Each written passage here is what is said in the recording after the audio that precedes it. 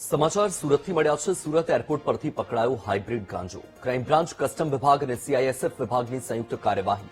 Air ઇન્ડિયાની ફ્લાઇટમાંથી પકડાયો 1.40 કરોડનો ગાંજો। બેંકોકથી સુરત આવતો જાફર અકબર ખાન ગાંજા સાથે પકડાયો। પોલીસે 4.55 કિલો ગાંજાના 8 પેકેટ જપ્ત કર્યા। વધુ માહિતી મેળવીશું। સંવાદદાતા ધ્રુવ છે ફોન લાઈન પર। ધ્રુવ, જણાવશો કે સુરત એરપોર્ટ પરથી જે હાઇબ્રિડ ગાંજો પકડવામાં આવ્યો છે, આરોપીને લઈને શું કાર્યવાહી?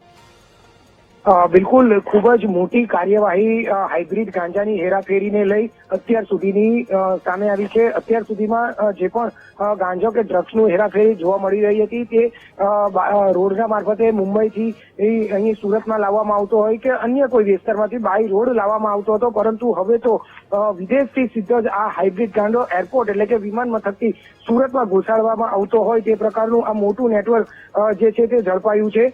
જેમાં સુરત એરપોર્ટ પરથી હાઇબ્રિડ ગાંજાની 1.40 કરોડથી વધુનો જે હાઇબ્રિડ ગાંજો જે છે તે પકડવામાં આવ્યો છે। એર ઇન્ડિયા એક્સપ્રેસની જે બેંકોક સુરતની ફ્લાઇટ હતી, આ ફ્લાઇટમાં આ જે 4 કિલોથી વધુનો 4.055 કિલોગ્રામનો હાઇબ્રિડ ગાંજાના 8 જેટલા પેકેટ જે છે તે મળી આવ્યા છે। અને આ જે ગાંજો લાવવામાં આવ્યા હતા તે જાફર અકબર ખાન કરીને જે વ્યક્તિ છે તે લાવી રહ્યો હતો। અને આ અંગેની બાતમી ત્યારે સુરત ક્રાઇમ બ્રાન્ચ પોલીસને મળી હતી અને ક્રાઇમ બ્રાન્ચ પોલીસ અને કસ્ટમ અને ત્યાં સીઆઈએસએફ દ્વારા આ સંયુક્ત કામગીરી હાથ ધરવામાં આવી હતી અને એક મોટું ઓપરેશન પાર પાડવામાં આવ્યું હતું કે જે વિદેશથી સીધું સુરતમાં આ પ્રકારે હાઇબ્રિડ ગાંજોનું જે નેટવર્ક ચલાવવામાં આવી રહ્યું છે તેને પકડી પાડવામાં આવ્યું હતું। હાલ તો પોલીસે આ બાબતે જે છે તે 1.41 કરોડ 92,500,000 નો મુદ્દામાલ હાઇબ્રિડ ગાંજાનો જે છે તે જપ્ત કર્યો છે અને જાફર અકબર ખાનની ધરપકડ કરી છે। આ બાબતે સુરત શહેર પોલીસ કમિશનર જે છે તે વધુ માહિતી આપશે અને આ સમગ્ર રેકેટ અંગે